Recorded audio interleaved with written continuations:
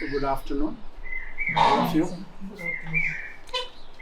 So we'll catch up with what we did last time a bit. Did some questions come up in your mind from the last session? Some prominent questions that you would like to clear from what happened in the last session, or you did not put any kind of attention to that? You thought that there was some kind of things, questions came up in your mind, you wanted clarification from the last session before we begin the new session? Anything that you would like to ask that came up, crossed your mind that you should ask in the next class? Anything? So just to review, we talked about different parts of our being which influence our life. So what we have been talking about was these main parts which influence our life in its completeness. When I say completeness, that means it is the mental part, it is the vital part, it is the physical part, it is the spiritual part, and that is getting influenced by these elements of which we are not very conscious. So our attempt is to actually know them and start becoming conscious so that we know how we can regulate our life, and when we are able to regulate our life, we are able to influence the other lives who come in our association. Because our purpose is not only to transform and change ourselves, our purpose is also to influence the environment in which we work, and especially the environment with children whom we are molding, whom we are building, whom we are helping to grow into something beautiful, something nice, something which will carry on the future. So our understanding is very important. So we understood, and I have written these points to show what is the interaction of all this. How does these influence all other things, and what are the higher elements and what are the lower elements? What is the play of the higher elements, what is the play of the lower elements, and how physically they affect these things on our body. So we are trying to establish a relationship as to what is going to happen between these elements, where they take us, what is the interaction, when does that happen, are we able to distinguish between them, are we able to discriminate them, know and see how they interact with each other. Now when we are talking about our human body, I said last time that it is the most perfect instrument which is being used most imperfectly by us because of our ignorance, and also because we are not very keen to know about its functions. How does it behave? Because my second question I was asking Ruben was, is automation in our body a curse or a blessing? Because most of the things that have been given to us is in automation. We breathe, our limbs are working, right? We are thinking, everything is happening in automation. All our functions, internal functions are happening in automation. Very few we have control on. So it's a blessing or it is a curse? Can anybody answer? It's a blessing. It's a blessing in terms of the normal functions of the physical nature, but in terms of spiritual evolution, can be. Yeah? So it's a blessing because everything is working in automation. We don't have to do anything. We are taking it for granted. Then if we take it for granted, then we are not able to help it evolve. The evolution can only happen when you apply a conscious power for it to evolve. So if you remain in ignorance, that is what is the norm. If there is a malfunction, we go to the people who are using and doing something to balance their function. But actually, are we physically growing? Are we becoming physically conscious? That is the question mark that we have. Are we free from ailments? Are we free from illness? Are we free from diseases? Can these elements, these higher elements, help us achieve that goal? That is the question. We need to think about it first, and then we see what is the interaction of these things. Now, for a human body, for it to evolve, for it to grow, for it to function properly, right? What are the main ingredients that we need? We need physical activity. We need food to sustain us.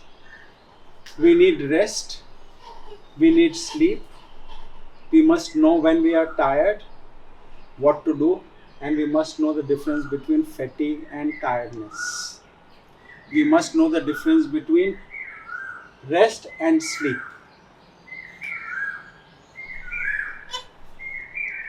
How many of us know the difference between rest and sleep? Tell me.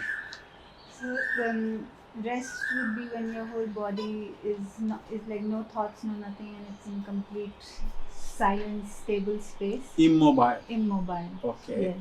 And sleep also would be no dreams, nothing, just So both are immobile. both are immobile, yes. But rest could be like if you're standing and not doing anything, that also could be rest, without any much doing, I think. Okay. Anybody else?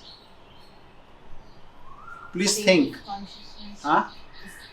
You're more aware in the rest state than in the sleep state. Like in sleep, sleep is used for resting the physical, but also other parts of the mind. But in rest, the mind is still aware, and the body is. Could Okay. be. Yeah, could be. Rest to Yes. rest to relax your body. Mm-hmm. Sleep is to relax your mind as well as your body. Okay. Okay. Very interesting. Next, anybody? It's, the sleep, the body is sleeping, but the mind is continuously working. The subconscious is continuously working. Mm-hmm. Rest can mean two different things. It can mean rest for the body or rest for the mind. There can be a situation where your body is resting but your mind is working. There can be a situation where you're actively doing something like a sport or something like that, where your body is working but your mind is at rest in some way. Okay. Yeah, so you will see different definitions according to the experience that people are having. So the way I understand is rest, you will see that most of the time during our daytime we are into activities. We are all the time in action. Yes, and every action that we do takes away some amount of energy. Anything that we do, we spend energy for that act to happen. So the rest is a state where we recuperate our energies. Because the energies are required for everything that we do. So rest is a state of being where we recuperate our energies for the energy that we have spent. So we need it back. And during our activity time, we do not have much time for what we call sleep. The sleep normally is reserved for a time which is at night time. There's a reason for it. And what happens in sleep? A lot of things happen actually in sleep. So rest is for a shorter period of time. Sleep is for a longer period of time. So in sleep, lot many things happen. We will discuss about it. In the rest position is, as you said, we are in a state where we are receptive to the universal energies, so that the next activity that has to happen, we have the same amount of energies to do that activity. And sleep by nature has been provided to us forcefully. If suppose, just imagine if we did not sleep, we will all the time be in action. We will all the time would be working.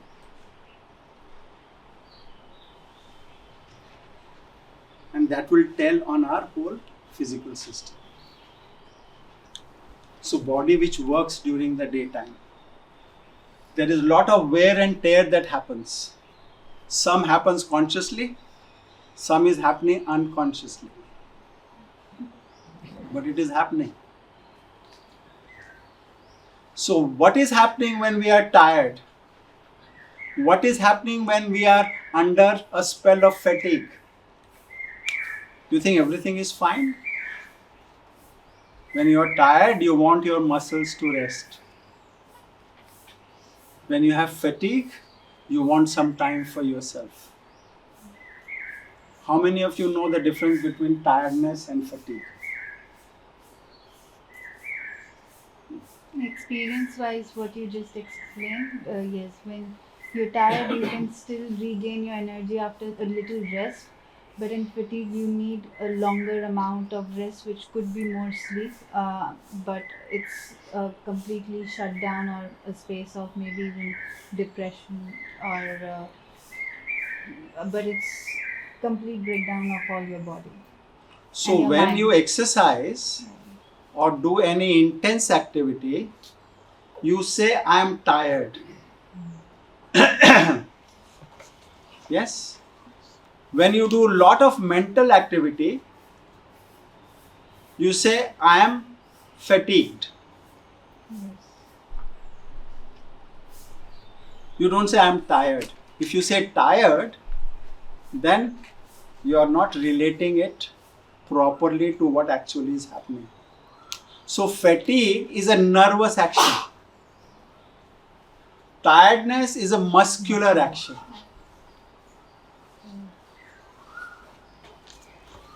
So when you are doing there are two types of energies that we use. We use muscular energy and we use nervous energy. So all the activities that we do of mind, reading, concentrating, computer work, sitting down, thinking, all that is taking nervous energy from us. We are using nervous energy to do these actions. So that creates, you may say, a tiredness which is called fatigue. When we are doing any physical activity, our muscles are using some energy, they are acquiring some activity, some movements, so they require oxygen, they require other elements, right? We are moving, so we get tired. Our muscles actually get tired.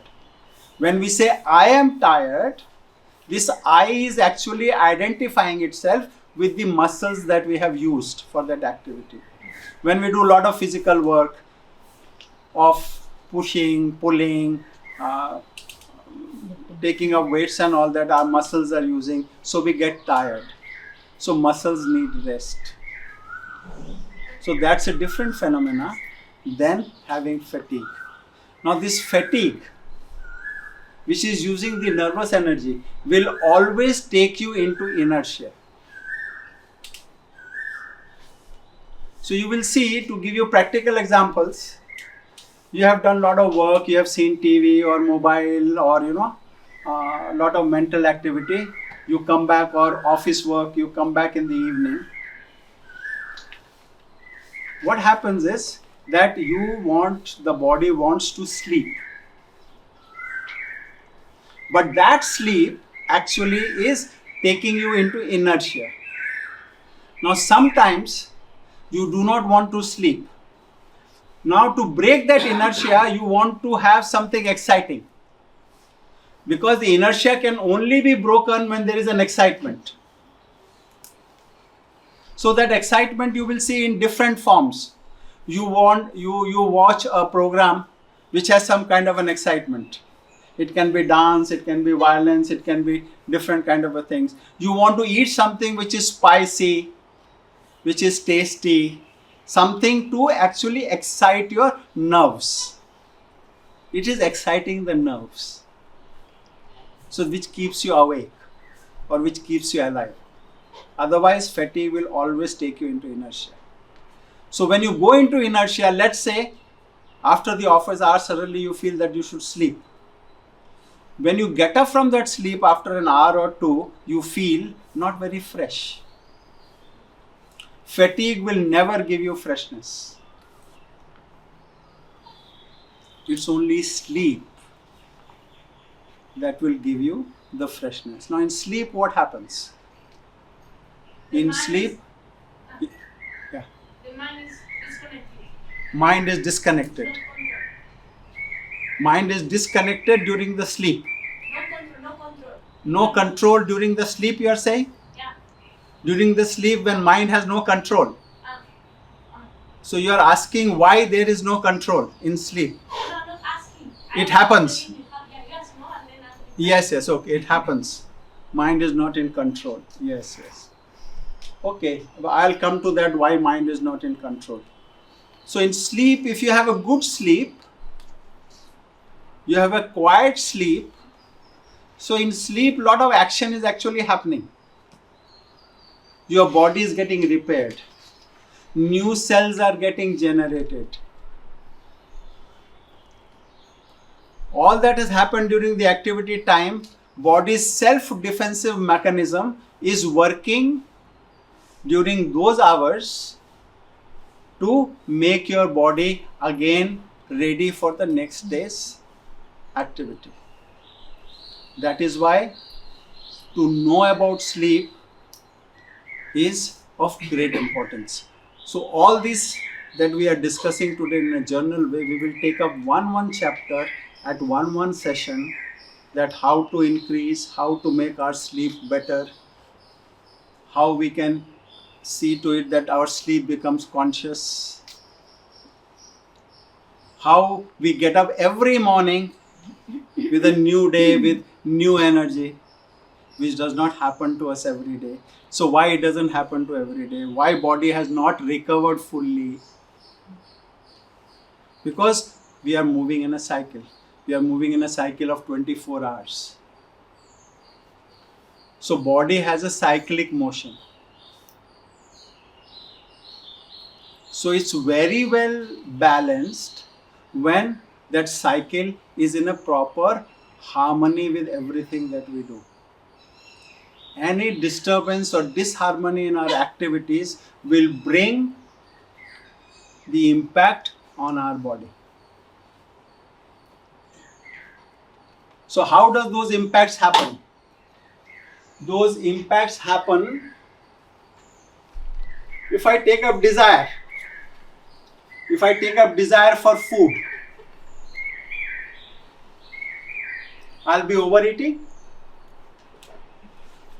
If something that I like more than the other, I'll be greedy about it. How it is going to affect?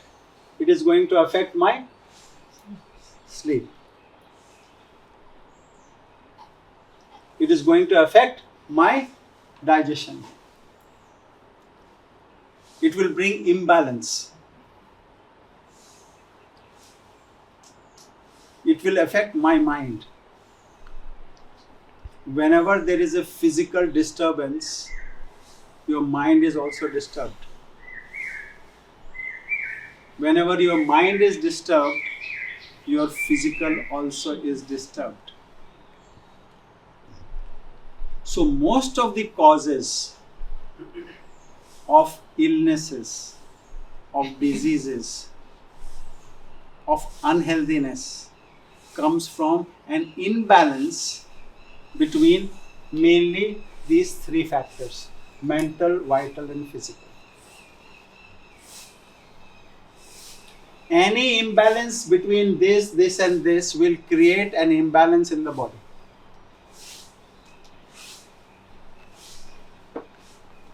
It is not a myth, it is a fact. You are angry. Yes, you are angry on something or on somebody. Anger comes from various factors. It comes from ego, it can come from greed, it can come from desire, unfulfilled desires, expectations. This is a domain of the vital. So when you are angry, what happens? Physically, physiologically, your blood pressure rises, nervous tension, anxiety, limbs are not in control, your face changes because of the surge of blood. And in that, what happens? The speech, you have no control. The first thing that you lose in anger is the control on speech. You speak anything. At that time, the anger, your connect is with the subconscious. All that is wrong that is stored in the subconscious comes out when you are angry. So all the past that is there will come out during the anger time. And that creates a disbalance. So not only in you, but on whom you have actually taken out your anger. So distability is both people. And the effect on the physical is, if you are angry, I don't want to eat. I am not in a mood. Leave me alone. So even if you are left alone, what's happening? Body is agitated. Mind is agitated. So a vital activity has affected your physical, it has affected your mind. You are not in a state of calm and composure. How can you come in contact with those elements, the top one and the bottom one, if you are in this state? So settling down, calming down. To each individual differently, how fast they can calm down. Then comes remorse. I shouldn't have done it. So the remorse is the domain which comes from the spiritual and the psychic element, which tells you that you went out of control. You should have remained in contact with me. Then this would not have happened.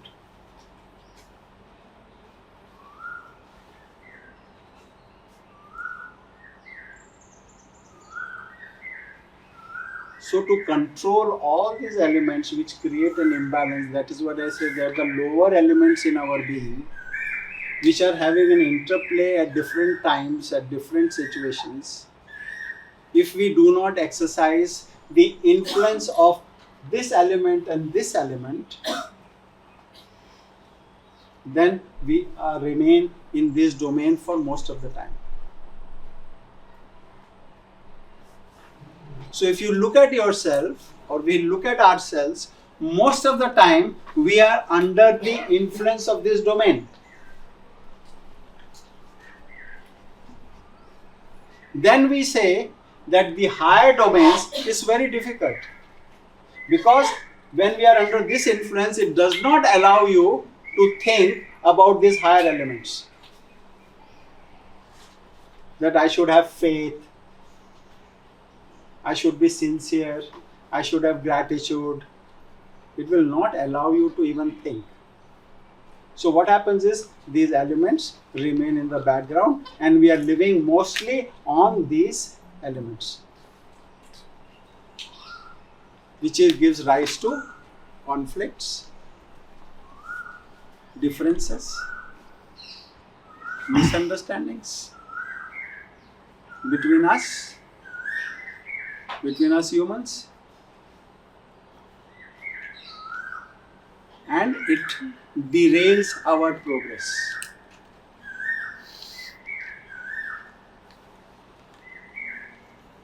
Yes? Now,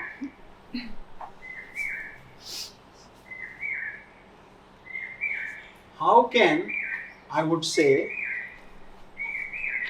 these higher elements which I have put here, gratitude, sincerity, honesty, faith,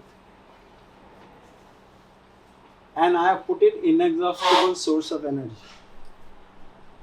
These elements will always deprive you of energy. These, if you cultivate, will give you an inexhaustible source of energy.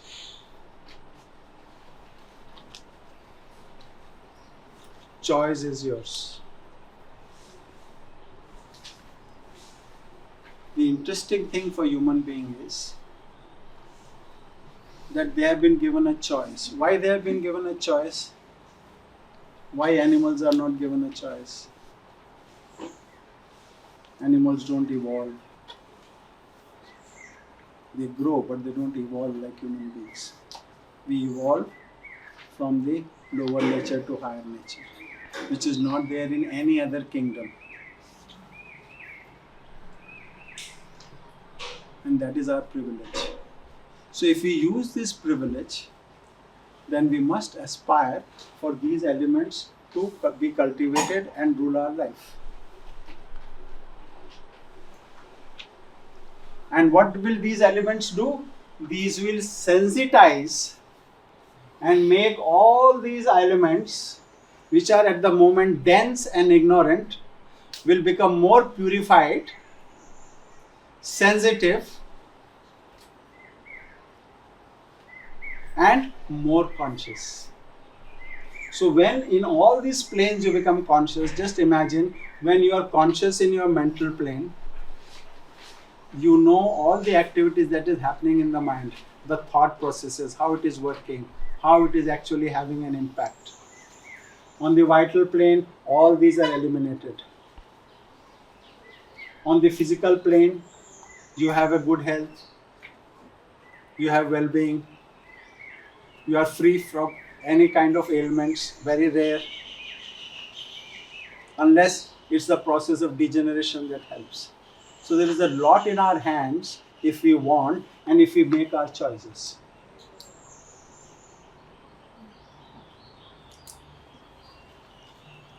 So each aspect requires a lot of thinking and practice.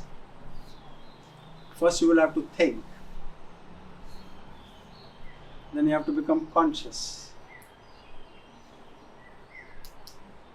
And when that happens, the change, the transformation starts showing itself into your actions.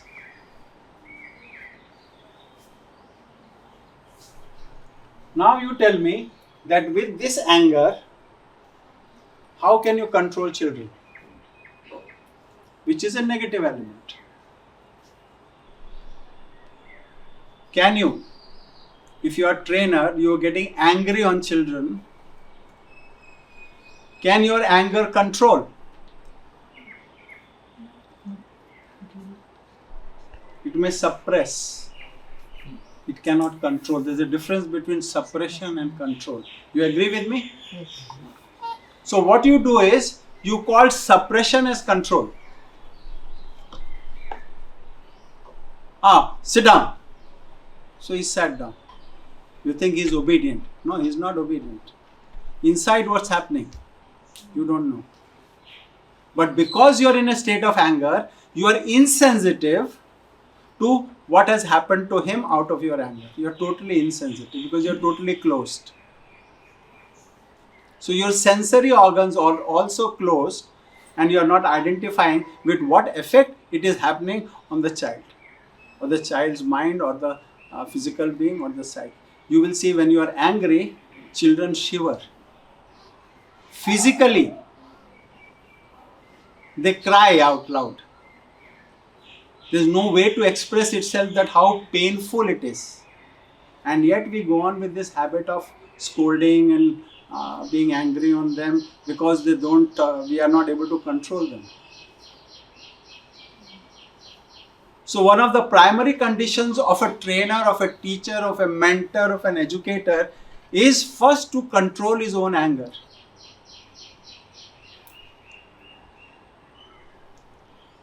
And anger most of the time comes from when we do not get what we want, from expectations.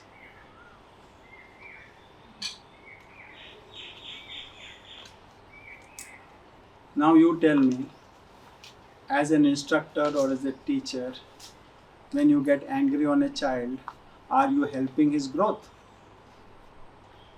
You call yourself, I am giving my time to children, I am helping them. Maybe you are helping them to learn skills, but you are not helping them to grow as a human being.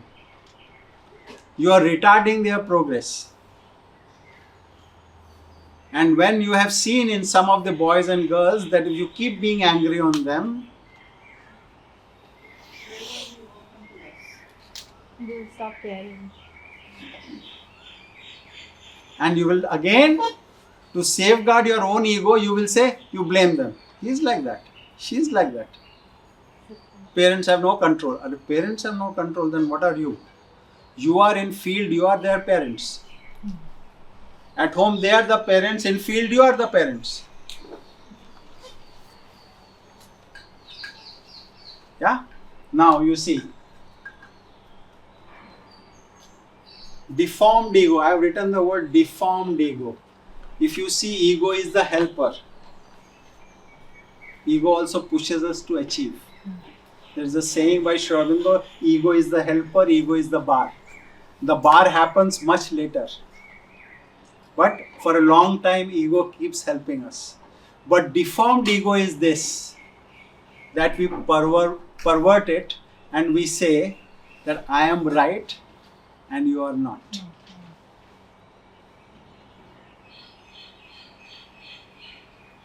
So you must reflect. Are you really right? Is the action of my anger or my command or my speech is really effective or impactful or helping that child to grow?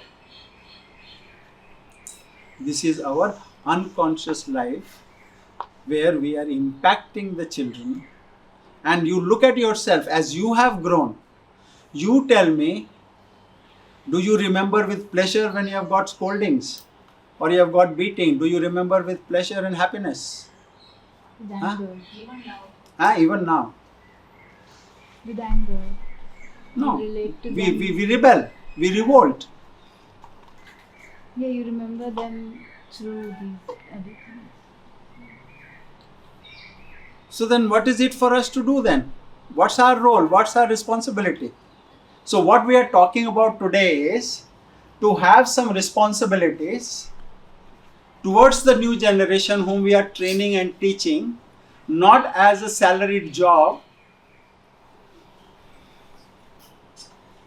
not as a work or an activity, but we are responsible for their growth in the field that they come to us.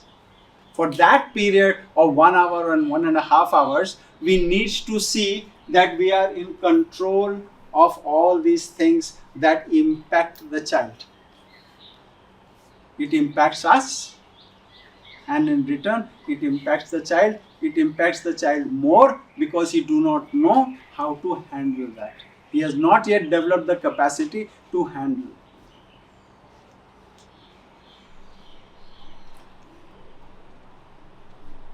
You see newborn babies. You look at them like this, with their eyes of anger. They'll just either close the eyes or they'll move other side. It's an instinct. It's a self-defensive mechanism that shows us that we human beings are all adopting abnormal things and calling them normal.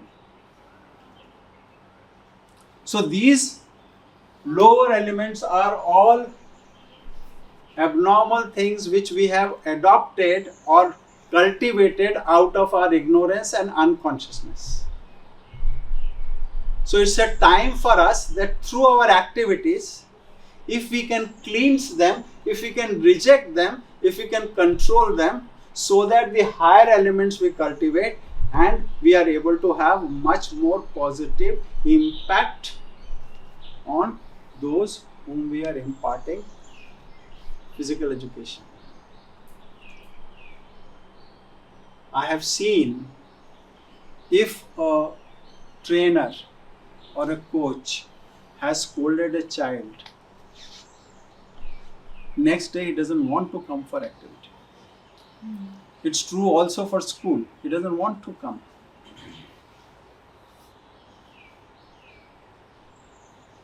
Are we sensitive? So this sensitivity as trainers, we need to cultivate this sensitivity. Otherwise, you can forget about, we can talk about mother, we can talk about Sri Aurobindo, we can read number of books, but true work, right work will not happen.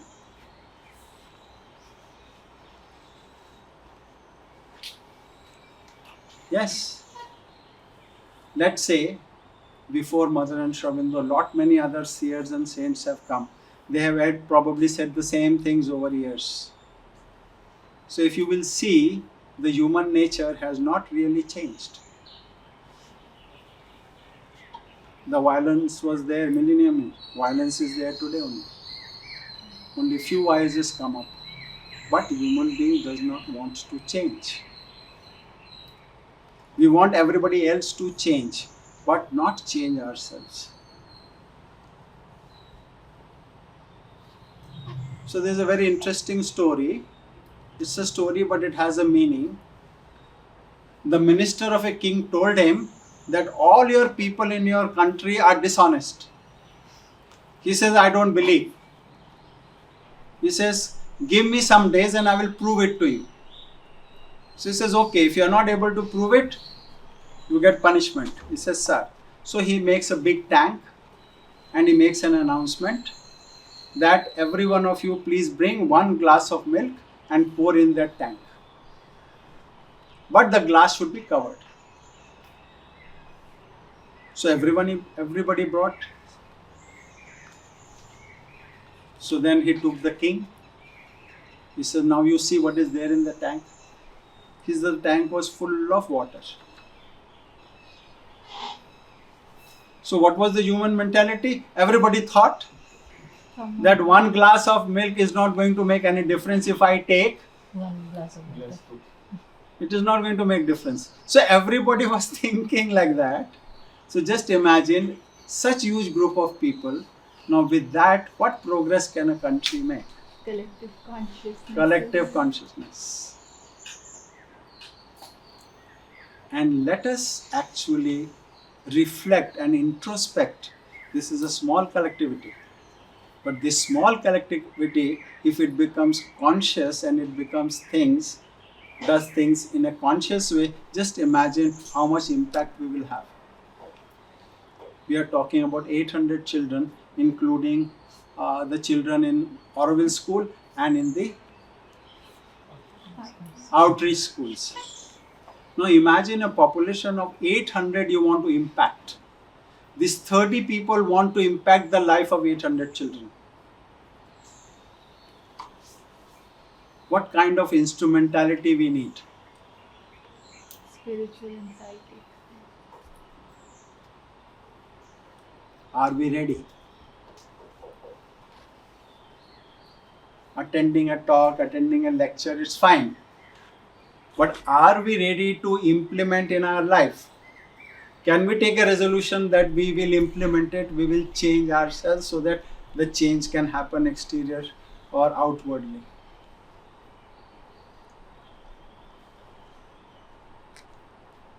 You can say, yes, your talk was very nice, everything was good. But that goodness, if it does not relate to or translate into practical life, what's the point?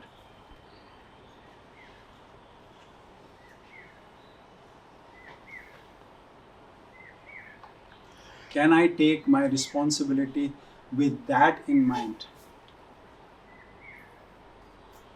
Then only I'll be able to do something.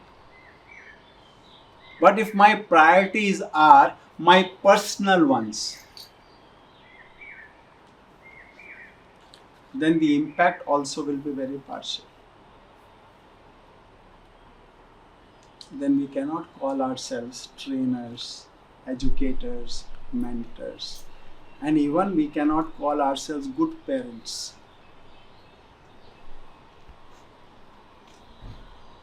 Parenting is a huge subject again. Yeah. So,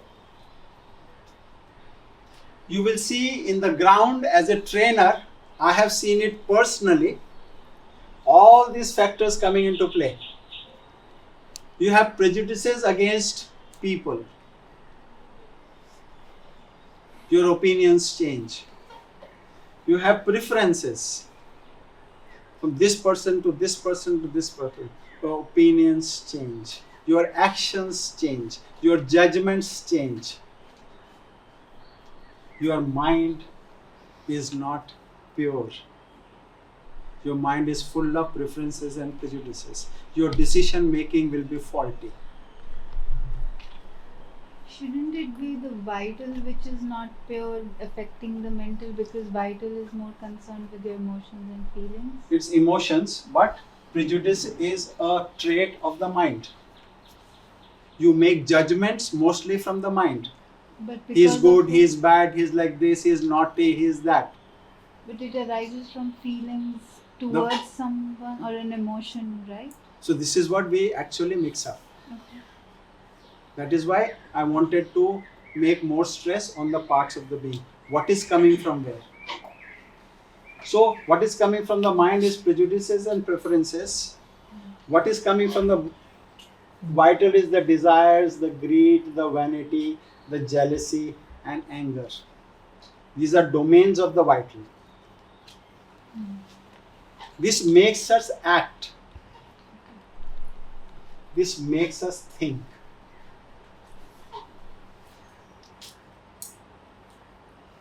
We make judgments about people, about children. We make our judgments. We make our judgment based on the actions of the children.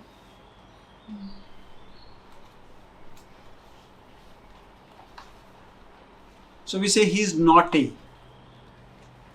He is uncontrollable.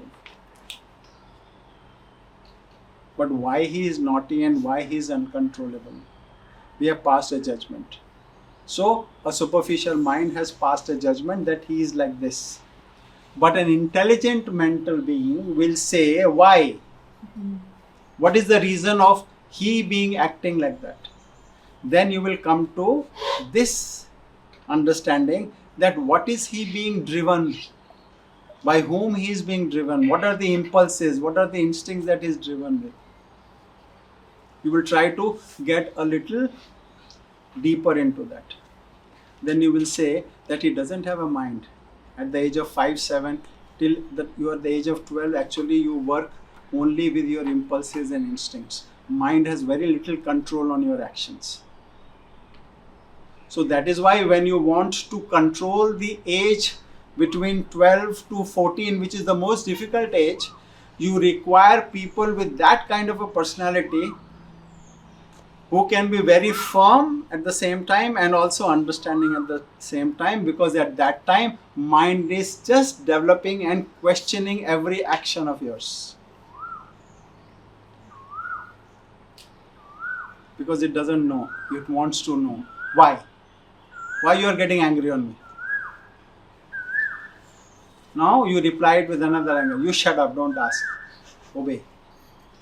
But if you start applying, there will another 10 questions will come. You'll say, no, your action was wrong. Now what's wrong with that action? You have grown up, I'm like that. So why you get angry?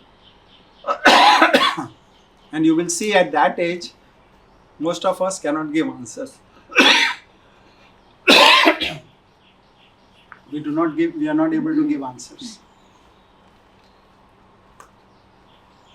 So our ability to take decisions and give answers will depend upon how much are we able to have these kind of things in ourselves. What we are. You cannot cheat children.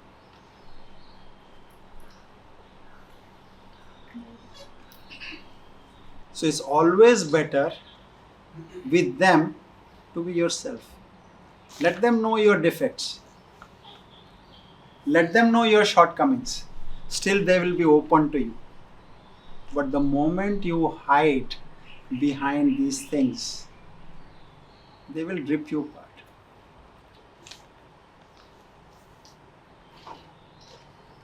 So then you will complain. I'm not going to take this group. I'm not going to take this batch. They are too difficult. What are we doing there? Moving away from difficulties, we want everything easy. Tomorrow yoga made easy. Tomorrow Shuramundo made easy. Mother made easy.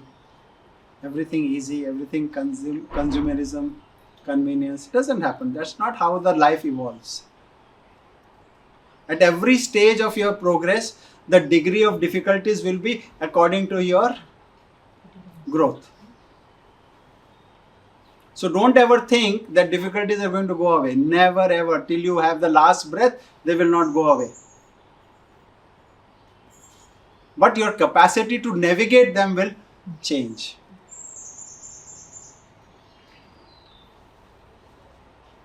Yes. Now, let's come to this point that whether we can manage to control it ourselves. How many of you can say that you can control any of these by yourself? You can raise your hands and tell me. Can you control your desires by yourself? Can you control your greed by yourself? Your vanity, your deformed ego, your jealousy, your anger, can you do it by yourself? Yes, how? Sometimes, but not every time. Not every time, yes. So constantly watching your conscious, so we can able to control the emotions. Yes. So if you are looking into your conscious, you are working towards that, you can easily handle this kind of emotions. So you mean to say consciousness, if we grow in consciousness, we will be able to bring control. How many of you agree with that?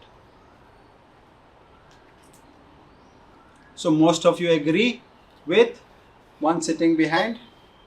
You agree consciousness will bring more control? Maybe. You are not sure. My only debate with that is that it's not possible to be continuously conscious. At Okay. least for me as of now. Maybe Yes, more as of practice now, than but conscious. everything is in It's a a pattern of possibility, of growth. course The it's a possibility is there. Yes. Santosh? It's possible if you have got the willpower, which is a consciousness. So consciousness is of great importance, right? Now, suppose our consciousness is not developed sufficiently. What do you do? Work on yourself. Hmm? Work on yourself to develop. How? Do you want to seek any help? Is there any help available which can make you more conscious? I'm sure this is one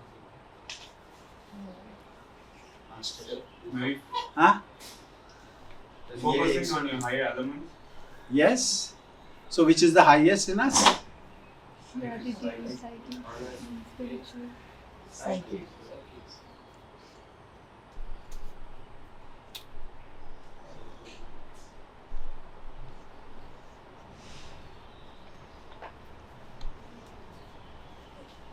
So this is the element each one of us is having. Please note, please be sure, each one of is having, and this also is the privilege of a human being.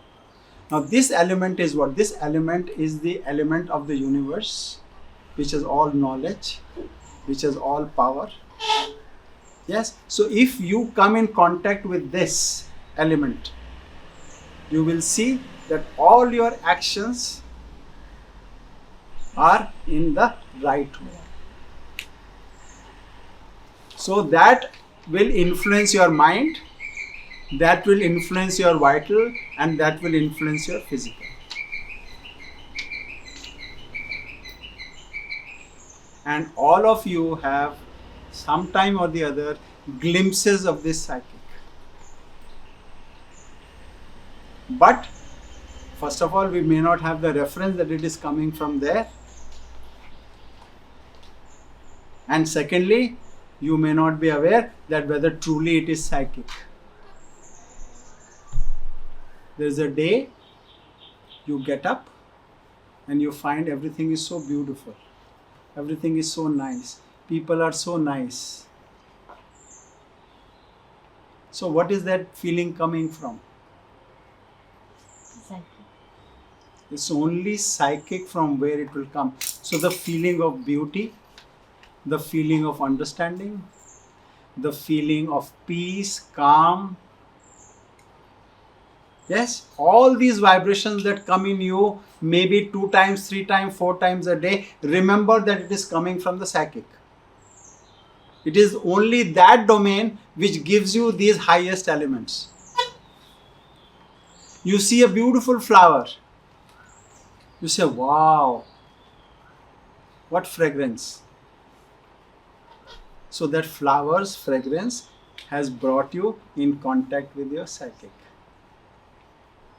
Oh, this person, so beautiful. Yes, that's the psychic element.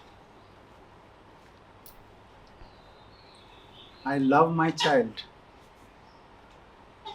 It starts with psychic. This word love is from the psychic. But afterwards it gets colored. That's a different matter. But it starts from there. You have relationships between 2 people. Say, I love you. It starts from the psychic. But then it gets colored. Then the other elements come. Possession, desire. Then it gets spoilt. So constantly we are actually struggling with these lower elements. That is where we have to attack. And we can only attack when we are in touch with the psychic. So it is not something which is out of reach of us. I am telling you this. It is something which is very natural. It is only we are not paying enough attention to that element and not recognizing it when it is coming, and it comes quite often.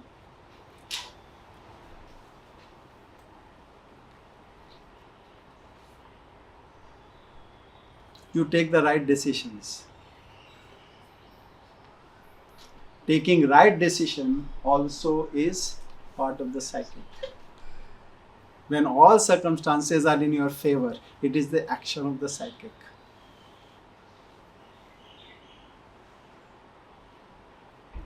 But we do not refer it to that part in us because we do not know about it. So how to be in contact? Shouldn't be that the next question? How to be in contact with this element called psychic, sir? Should not be the next question. Who knows? I can try Huh? by surrender. That is a method. Yes. That's Yes. a tool technique. Yes, yes. Guilt will be there. Huh? Inner guilt will be there. Inner guilt. Okay, what will that guilt do? Say it is not right, so you don't do that. So it gives you an indication. It gives you a pinprick. Come on, be in my contact. I'll guide you. For this element to be in contact with it, you have to be in a certain state of being.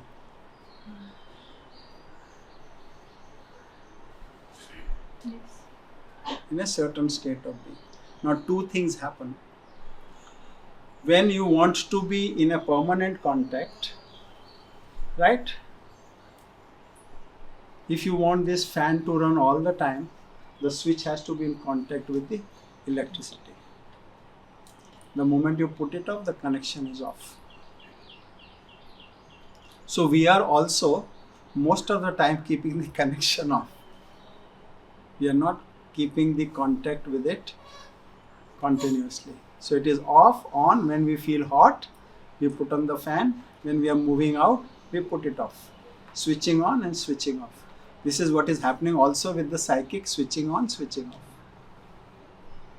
So some we are doing deliberately, some we are doing unconsciously. And because this element is in us, we are doing so many good things. Without this element, sir, we are not humans. There is no humanitarianism without the element of psychic.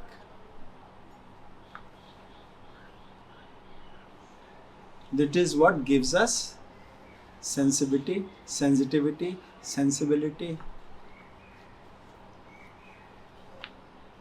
aspiration, prayer. Methods. These are methods. Yes, And which gives us the contact. So But- we pray, we aspire, and for all this, if we have this element,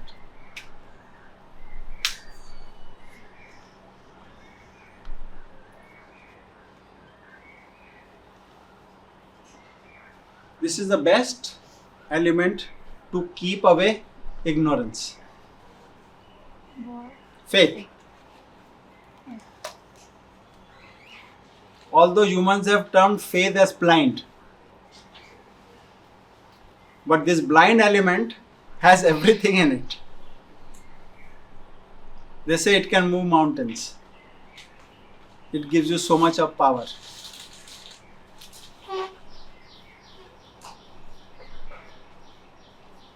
So you said you come in contact with the psychic through all the clues that you mentioned. But with faith alone, you can continue to That's stay in also a contact. psychic quality. Sorry? That is also a psychic quality. Faith. Yes. But with faith alone, can you continue to remain in contact with mind? Yes. Yes. So 100%. with only faith, you can fight everything that presents all the lower elements. Yes.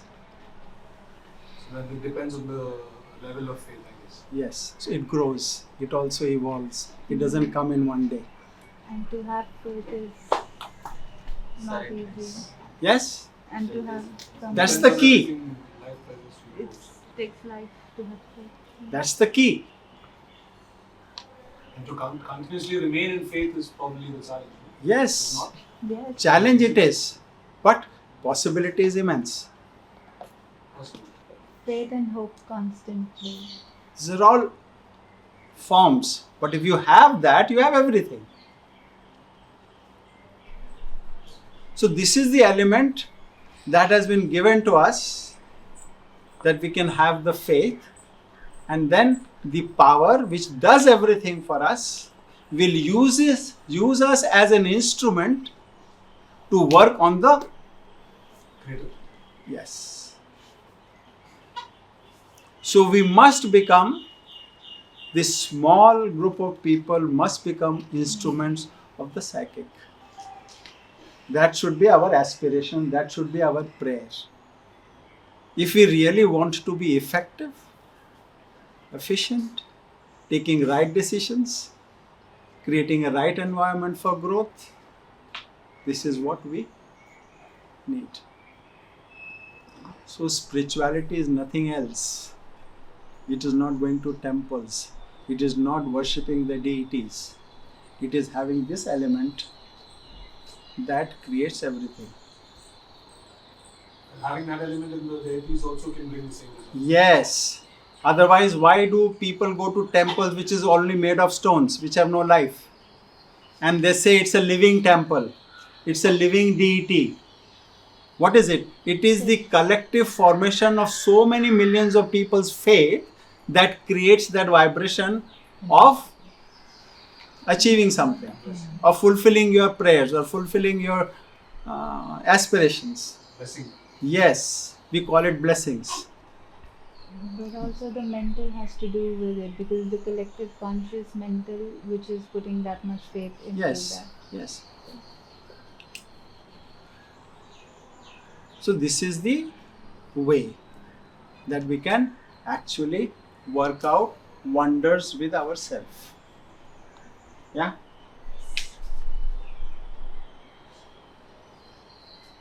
Can we have some questions?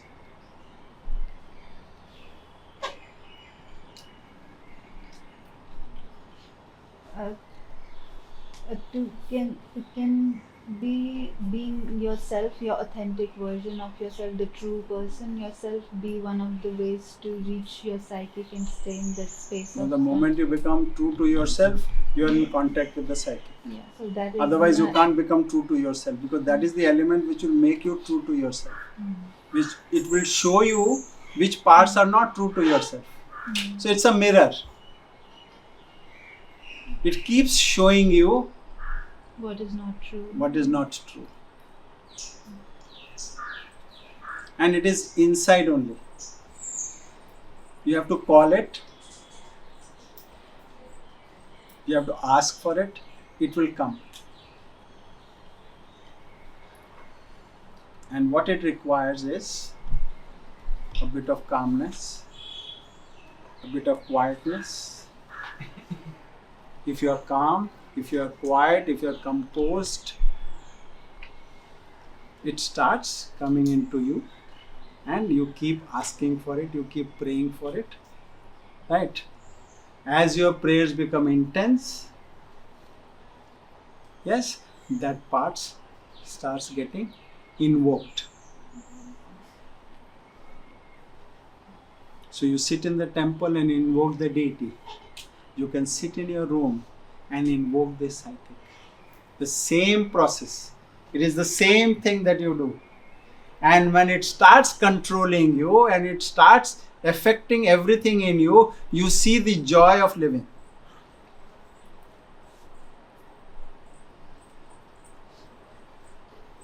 And then you will enjoy this inexhaustible source of energy. Because you're all the time in the state of joy. You're all the time in the state of receptivity. You're all the time in the state of happiness. Just imagine that state. Nothing bothers you. You are in a state of equanimity. Then whatever you do, it's gold. I would say it's platinum.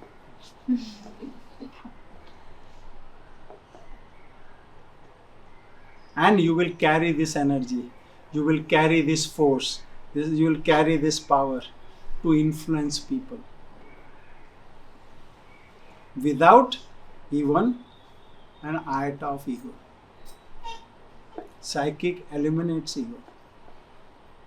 It's all humility. Because that time you know that you don't know anything, something else knows and makes you do. The psychic will tell you, you are not the doer. As long as you, I am doing, I am the captain, I am telling you what to do. So long as you know you are ego driven. But when you say you are not the doer, that's the first principle of being in contact with the psychic.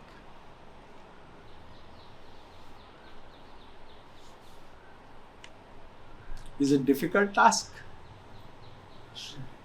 Huh? Because the eye always creeps. Seemingly difficult. I said extremely because the eye always creeps in it. Ego always Yes, creeps. I thought so. I thought so. That's again After something being I- here for 18 years, There is no after eye? being, I'm just giving you my experience. After being here 18 years, when I was 39, my mentor told me, if you want to get the best out of the children, love them truly.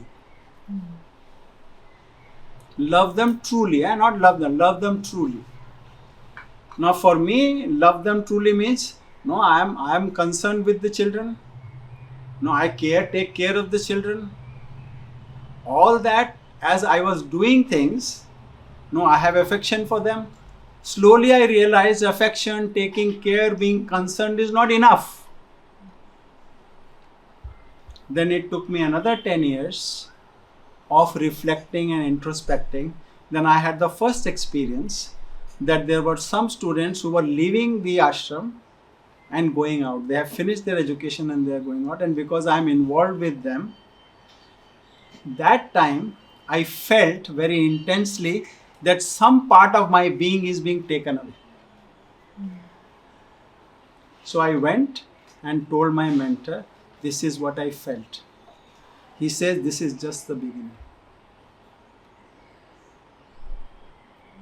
And when it developed more and more, you felt that you cannot but love everybody. Whether you belong to me, whether you belong to my family, whether you are related to me or not, there is a love which flows by itself. Unconditional. This I agree with, and this love you can feel for people, and the more close contact you have with people, you can feel for people, and I agree with this. But the So creeping this- in I'm talking about is in close quarter relationships with your father, with your mother, Yes, with your partner, yes, with yes. your brother, with your sister. It becomes more difficult for you to perform these tasks that you are saying you can easily, not easily, in a certain point of time, start Yes. performing with your class of students or Yes. with your friends or with your colleagues. Yes. But as your comfort with somebody grows, you start taking them for granted, and the eye starts creeping in again and again. Yes. This is yes. one level, and there are so many different levels of this. Which Yes. in my But middle when you life come I've in come across. contact with that, right, that is what I am trying to come to, that when you come to the psychic, that love just spreads irrespective of who one is in contact with. It's there spontaneously. You cannot but. And that transforms. And that is, I feel, the most powerful instrument for a teacher or a trainer or an instructor or a physical educator. That if we can get this ingredient, love, into our system, we will have no problem, children. I have a small school. There are 3 children whom no teacher can handle. They say they are all problem children. When I take their class, I have no problem with them. And they say, they call me Ayya. They say, Ayya, we want to be in your class. All the subjects you only please teach. So what is that element that I have, they don't have?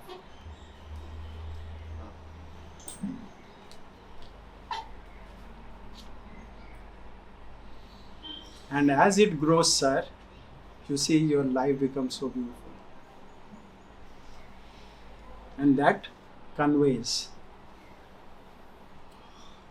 There's an energy that flows. The other person is receptive to that. And I can tell you, all children are receptive to love. You will not need scolding.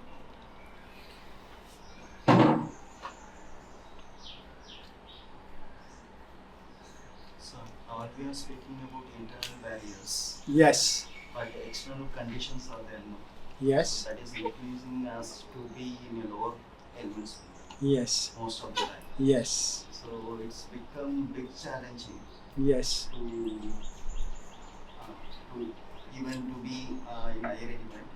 So if you want to be conscious also, it's very tough yes. because of the environmental conditions constantly pushes you to be down. So how to So it's a very good question. It's a very good question. Now,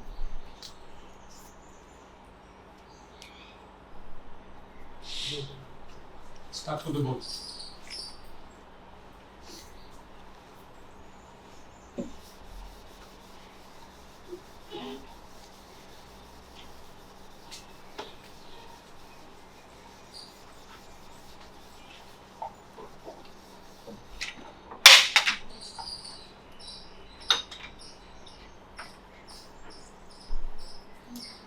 we are given help. We are also knowing this, that these are the difficulty and challenges.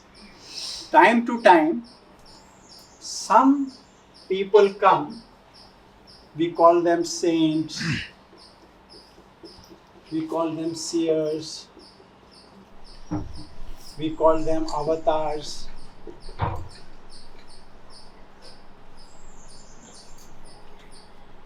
The person who has created us, and the difficulties, he knows that we all humans have these difficulties.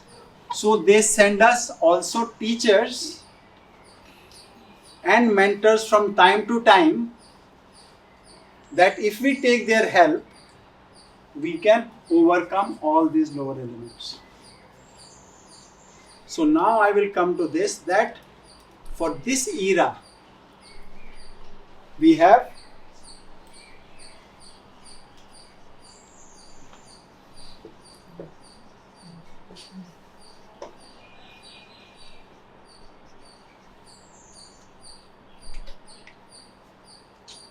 are they only physical beings? So you said you only. Are they only physical beings? No, that's No. So if they are not physical beings, that means they must contain the larger consciousness which has the power to take care of our lower elements and change into the higher elements. So they came to tell us that we are there in consciousness, in power, in force, if you have faith. Then you do only two things.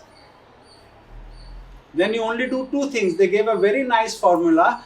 You have only to do two things. They say, remember,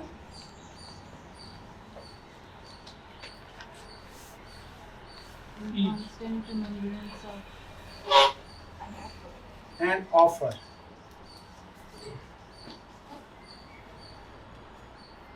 So what is this remember and offer? What to remember and what to offer?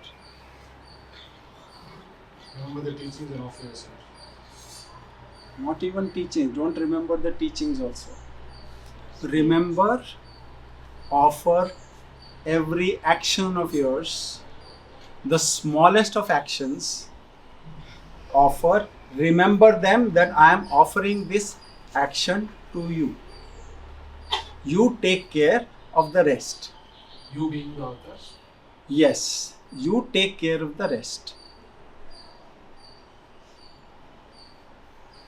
I can tell you it will do magic, because when you will constantly remember, when you remember pure consciousness, when you remember the Mother and Sri Aurobindo who represent purer and higher consciousness, remembering, that means you are constantly, your thoughts, your actions, you are constantly in touch with that consciousness. So that consciousness starts getting entry into you. And as it gets entry into you, the lower elements start getting eliminated by themselves. You will have not to do anything, sir. Then you will not say it is challenging. This is the greatest privilege that we have today. Let's make use of it.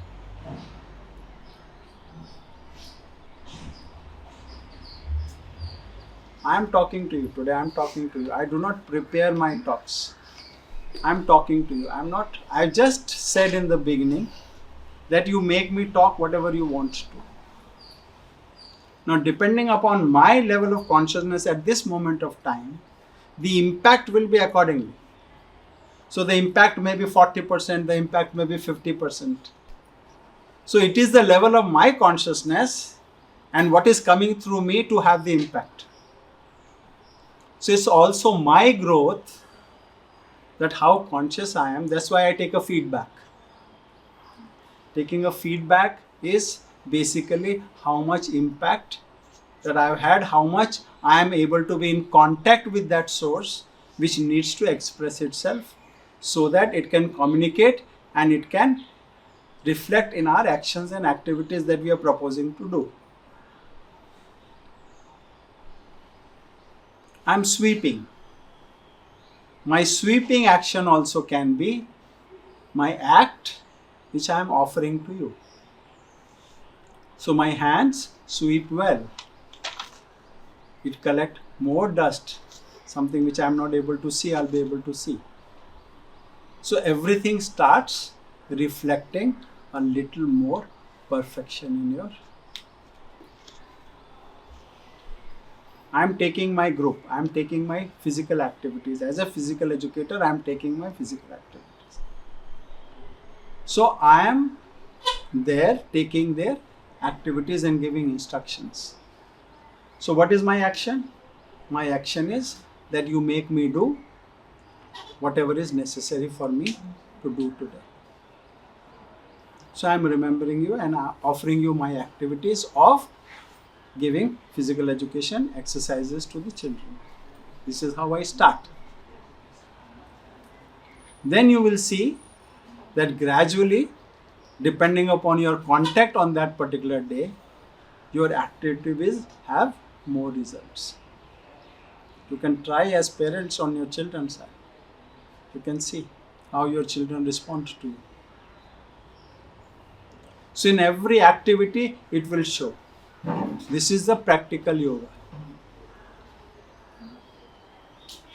Mother and Shabindra's yoga is the most practical yoga, the most scientific yoga. It does not require a philosophy, it requires action. I call it an attitudinal yoga. You take correct attitudes, things will work. That spirit will work.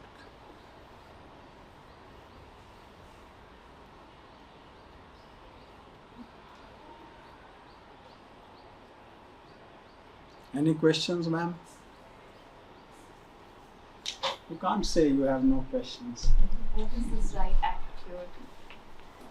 Right attitude.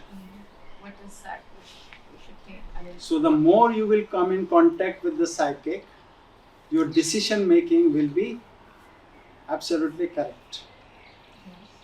I will tell you one story. I will tell you of my experience in corner house. I was not an in charge at that time. I was a worker, and one friend of mine from Calcutta, who had not seen me from 10 years, he came to spend a day with me. So I have been working in corner house for a number of years. So he spent the whole day. I took him to the counter for dinner. So the people at the dinner, they said, he may be your friend, he is not member of the ashram. Have you taken permission from the in charge? I said, no, but he is my friend, so he can have. What is there? I am a member of this place. He says, no. He cannot have dinner unless permission of the in charge is there. So I was boiling with anger. I've been working here. It was my privilege. Why I can't bring my friend? So all this started going in my mind. My friend said, it's okay, fine. It's all right. So he went away. I paced up and down. I said, what is this? What is this turbulence that is happening? Why this anger is coming in me? So for 10 minutes, I found all the faults with the management, with the people at the counter. Right? So the mind was only working for blames. Then suddenly from somewhere this came, hey, come on, look at yourself. Have you done the right action? The moment these few words came as thoughts, have you done the right action? So the mind switched to the other side and said, Arey, you could have taken permission, all these problems would not have come. You should have realized that this is an organization. See, the counter answers have started coming just by opening my thoughts to something which was positive. Then I put my hands in my pocket and I said, unless I resolve this issue, I'm not going to go away from here. I want the solution now and a permanent solution. I want the right attitude. And the moment when this thought overcame me with this right attitude, that I have made a mistake, I should have corrected it, I should not have taken the correct course, the tears started flowing from my ears. And the tears of joy. And I said, today I have had one victory. That was the right attitude. Am I able to explain? I thought there would be like one right attitude to take. No, But what you're there's saying is there's so many attitudes, contextual. right attitudes, so many attitudes to different things, so many different attitudes. Another example. One day I was sitting on my chair, relaxing. suddenly this again inrush of thoughts, things happen with me like that. Inrush of thoughts which said that whoever criticizes you, whoever does anything wrong to you, you must take a positive attitude and not have any wrong thought about anyone. No wrong thoughts, no negativity about anybody. And till today that I am here, it happened 10 years back. Till today, there is no negative thought that comes in my mind about anybody, about anything. It has settled. It's the attitude that you take towards a certain thing. And again, that can only happen. We call it grace, we call it whatever. It always happens because you are in contact with that element. That helps you to take the right decision at the right time. That is the right attitude. So we do not take any action which comes from other elements which I have spoken. Then only you get the right actions. And right actions will create the right energy. It will create the right magnetic field. It will only attract the right elements. And your journey will be more positive and less challenging. So what we call of difficulties, we call of challenges, will start falling off on their own.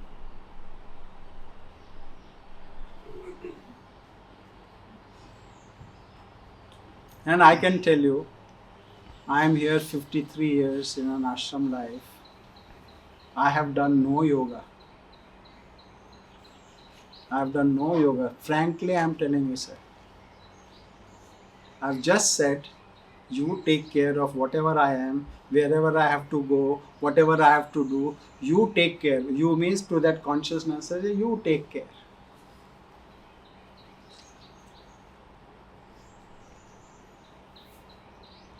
And the journey is blissful. Not that you do not have imperfections. Not that you don't have shortcomings. But that shortcomings come in front of you as mirror images and say, oh, this has to be moved. This has to be removed. This is dirt here on this mirror. Please wipe it off. I don't do any wiping off. I said you do it because you are more powerful. You do it. I can't do it. Sometimes it takes days, sometimes it takes hours, sometimes it takes minutes. But it's wiped off.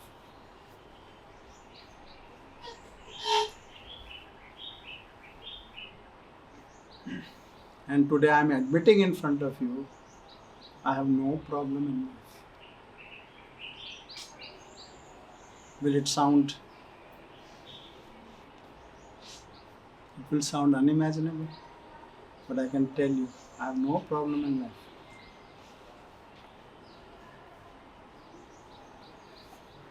So people talk about so many problems. They come to me with so many problems. Some I am able to resolve, some they are not able to be resolved. But I personally have no problem. Because those problems are no more problems. They are situations. And you know how to navigate and meet them. So you meet them. So there's no difficulty, there's no problem children, there are no problem people, there are no good bad. They're all different types. It's a question of that when we come in contact with that element, all these dissimilarities, contradictions, they disappear. They just disappear. No conflicts. Today you may oppose me. Strongly you can oppose me, but I know why you are opposing me.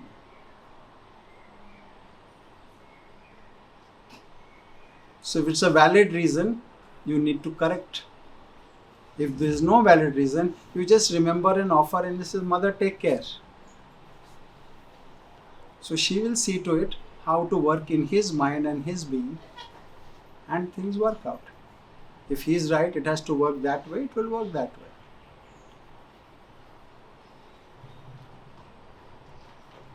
So these are basically what I am sharing with you is a life which is practical.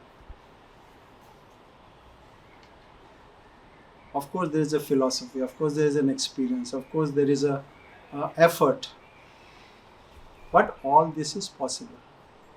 And we as enlightened human beings, enlightened and intelligent people, if we apply this to whatever activity we are doing, the quality of our activity will improve.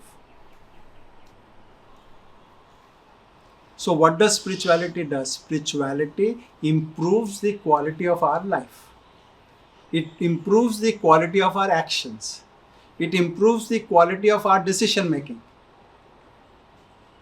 So it's taking us more towards perfection. There's no contradiction with material life. It also improves our material life. So why we shun away from spirituality? Why? We don't know why there is so much resistance to it. From our lower nature. They don't want it because there will be no place then. The lower elements feed on us. So if they go away, where is their food then? So it's like leeches. Right? They climb very softly on you. You never even realize when they have sucked the whole so many cc's of blood, they have bloated with it, and only then they come out of it. You don't even realize. Pull them out. Yeah. So they are so subtle, they don't allow the higher elements to have their play because they'll have no food. And that is what ignorance is all about.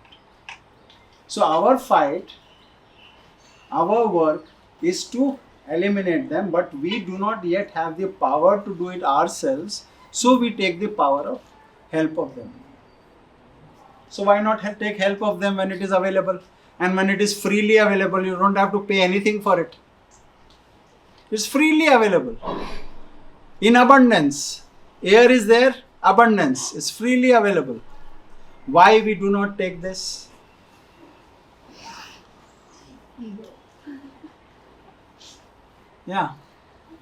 So during this COVID time, the story came that this Italian gentleman, he had breathing problem and he went to the hospital and they put the ventilator. So the doctor said, sir, it will cost you $5,000.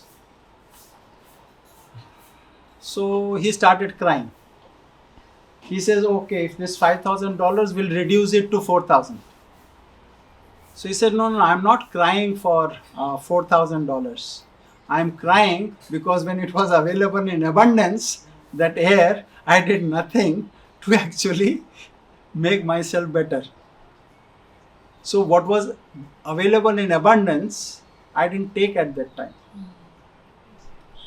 And now this instrument is there. So this is what we are actually doing. When we are getting everything in abundance, that is, I come back to the same question, whether anything that is given to you in automation is a curse or a bliss.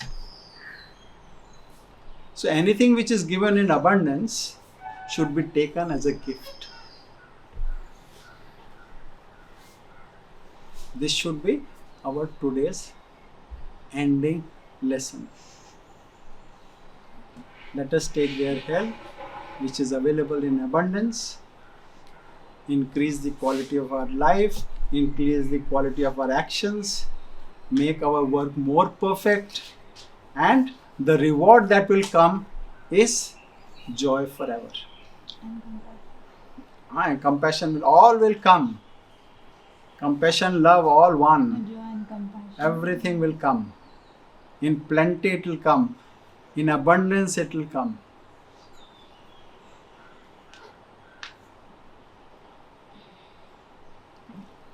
So just pray and aspire. Thank you. Thank you. So any questions that you have that I can Can I get the feedback? How was the session? I have a question. Beautiful. Yeah. Huh? Beautiful. Yeah. Thank you so much. I have a question regarding love, which you said which you need to have towards the children, which also translates into care and concern, and which brings acceptance of the child towards you as a teacher and has some discipline in the class. But the love and warmth of the teacher versus firmness, like how does it come It together? will come. It will come to you automatically when to be firm, when to be considerate. There's a very thin line between firmness and consideration. So when you are in contact, it will tell you when to be firm and when to be considerate. So when you start practicing, you start living, all these things start becoming very clearer too.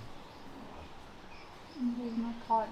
It just flows. Yeah, it just flows. It just comes. The questioning mind will fall silent and action will overtake. Sir, how much of the session went into yes? Some things you could understand, It was my first class, so some things you could not understand. certain part was heavy. So, some parts were heavy for you. Okay, that's a good feedback. Yes, ma'am. The first time I was a little confused Last time, and okay. today I feel A little more clarity. And there is a nice message of faith from Mother. You can read it also. Thank you for sharing. People do not know how important is faith, how faith is miracle, creator of miracles. If you expect at every moment to be lifted up and pulled towards the divine, he will come to life, he will come to lift you, and he will be there, quite close, closer, ever closer. What a beautiful message. Yes. Thank you. Yes, sir. Then It was a beautiful session. some question answered. No, it will become too long. It's too long, no? No, no. I'm saying if I start, it will become too long. But I want to say it was a beautiful session, and I agree with almost everything that you said, except that I don't know if either of them said it, but and I know that I'm nowhere close to you when it comes to practice. But in my short life, I have met people like you who have the same energy, who have the same belief, who have complete joy in life. And in this era, their source has not been Mother SAIIER. So Yeah. the fact that there are other Of course. avatars in this era. That is why I wrote my- saints, seers, avatars. Okay. So each Then one we are comes all in saints. contact. Each one comes in contact Depending on the region. depending on upon our karma yes, and how yes, you yes. came Depending up. upon their state of consciousness, they will come in contact with those people. Then we're on the same page. So there is no Very contradictions anywhere. Yeah, everyone's the same. It's oneness. Yes, ultimately, because it depends upon our own evolutionary principle to whom we come in contact with. Yeah, because you can't have faith in, like, you can have faith in oneness, or like, Yeah. to be more specific, you can have your faith in an idol or in a consciousness, or for example, Ram or Lakshman, for example, or Hanuman, one person where you just dedicate your Yes. faith and hope in them, and then you just surrender to them. And I give you another example. When you were in class 1 or 2, people who had done class 9 or 10th can teach you. When you are in class 10, you require people of BSc or MA. When you are a graduate, you require a little higher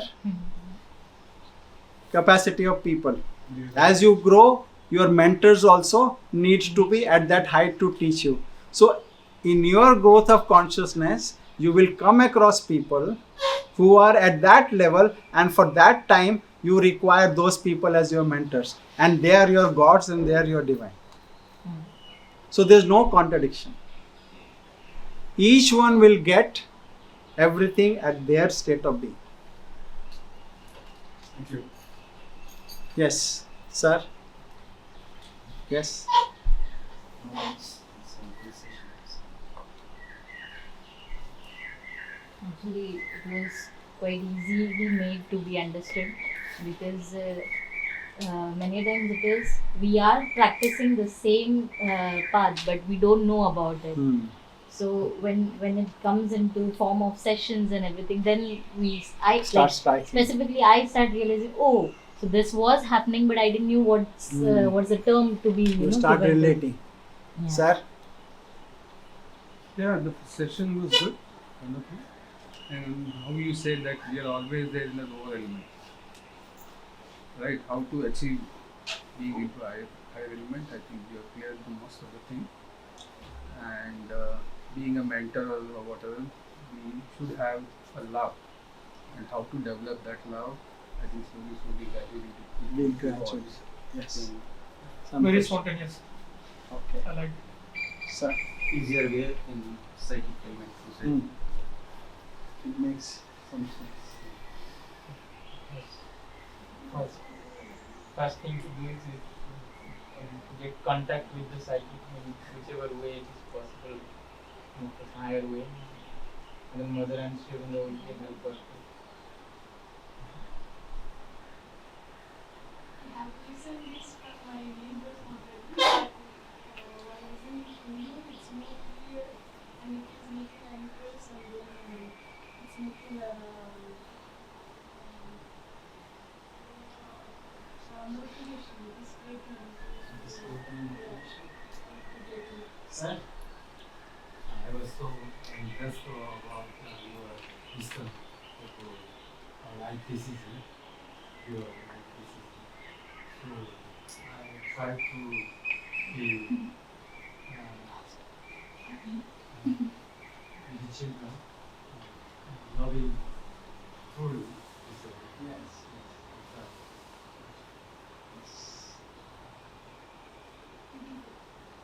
Now you finish your flight. Yes, your flight.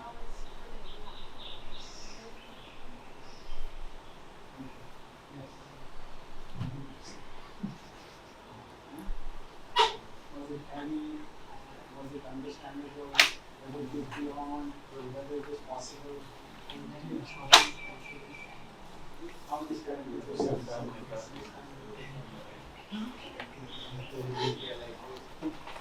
was really amazing. As I said in the first class, for example, what you gave, and now what you have told, like it's a simpler mother and children is very highlighted in the page. No, Savior. And you are putting in normal and understandable. So I think we can press that. So we come to that science. this is more detailed. Next time we'll relate it to science. Yes, I'm coming to listening quiet, reflective, and I'll pass over. Huh? All of this is personal account, mine.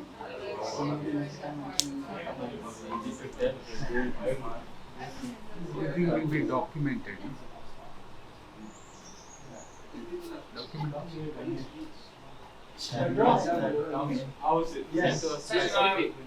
Every session is always good and brings a great It will be energy. shared with SAIIER. So, yeah. But I want to make a question. Yeah. Every time I see a lecture on this frequency, I always make a question. So how to find the psychic being? Yes. He's asking you, not us. You're asking me. Okay.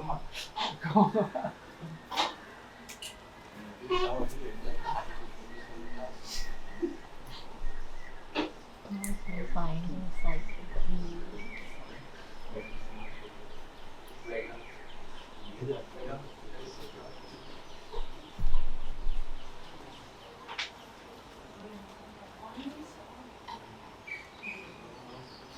No efforts. No efforts. Just think of it. As much as you can. Just think of it. Quietly think of it. I want the psychic. Start mentally. I want the psychic. This will be a mental formation. Asking mentally formation of thoughts. I want psychic. Slowly, you will see that thought pattern has gone, that want has gone, and you will come to a state where you will start feeling something which is a little different than what you feel every day. In your activities, you will start feeling. Don't try too much. Don't try to read. My advice, I have not read much. I have not read much of Shravindo's books or mother's books. I have not read much. Because if they say love, then love itself is a whole-time job, a whole life job. So practice. As you practice, you get other things also along with it. It's all encompassing. So just want it. Keep wanting it. Don't give up that want. And suddenly it will dawn on you, my action is from there today. And you will see that the more psychic you are, the more composed you are, the more control you have, your directions, your aggression, everything is very controlled and impactful. It's very focused. The action of the psychic is very focused.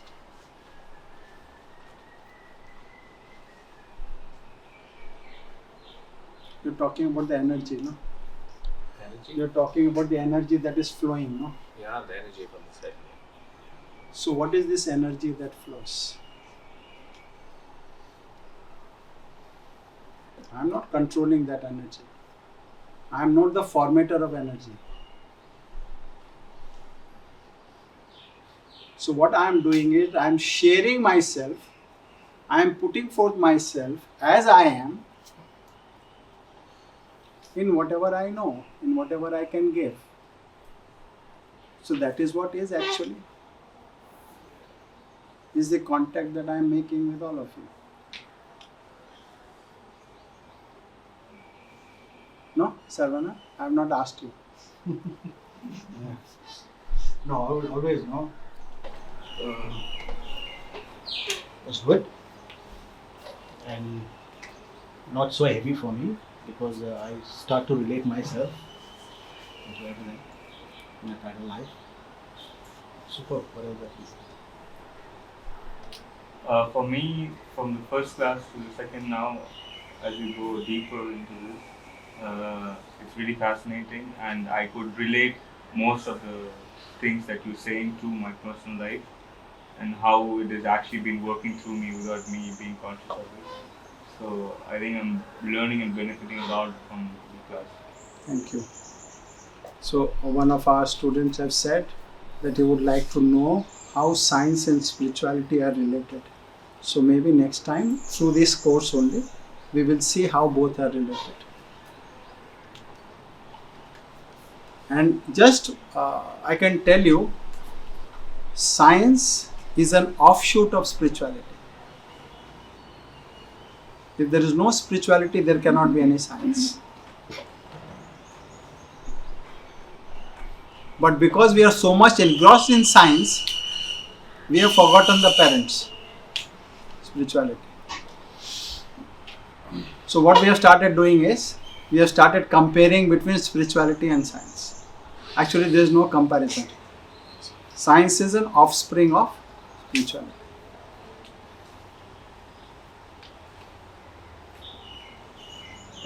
So we'll discuss about it. It's a very interesting subject. It's a very interesting question also. I have faced all these questions in my growing life. So I have got answers, so I'll share my answers with you. Sure.